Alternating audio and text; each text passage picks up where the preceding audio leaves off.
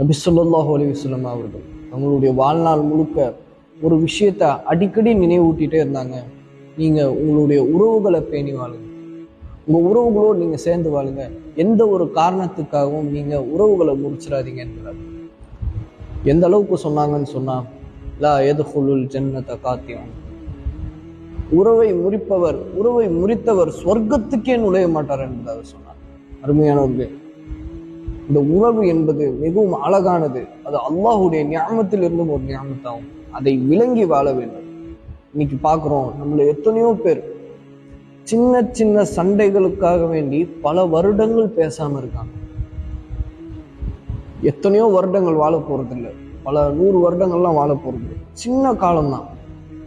फिर जुल्फिकार साहब அவங்க சொல்லுவாங்க, फुर्सत जिंदगी कम है मोहब्बत के लिए, लाते हैं कहां से वक्त लोगों की नफरत के लिए. இந்த உலகத்துடைய வாழ்க்கை அது இன்பத்தையும் மகிழ்ச்சியும் மற்றவங்க மேல பிரியத்தையும் காட்டுறதுக்கே குறைவா இருக்கும்போது வெறுப்பை காட்டுறதுக்கு மனிதனுக்கு எங்க இருந்தா நேரம் கிடைக்குதோ என்பதை அவர் சொல்லுவாங்க. அருமையான கவிதை. இதுதான் அருமையானவர்களின் நிதர்சனமான வாழ்க்கை. சிறிய காலம் இதுல நம்ம உறவுகளோடு சேர்ந்து வாழ்றது தான் உண்மையான வாழ்க்கையா இருக்கும். ஆக அல்லாஹு தஆலா வாழ்நாள் முழுவதும் உறவுகளை பேணி நல்ல முறையில் வாழக்கூடிய நல்ல பாக்கியத்தை உங்களுக்கும் எனக்கும் தந்தரும்.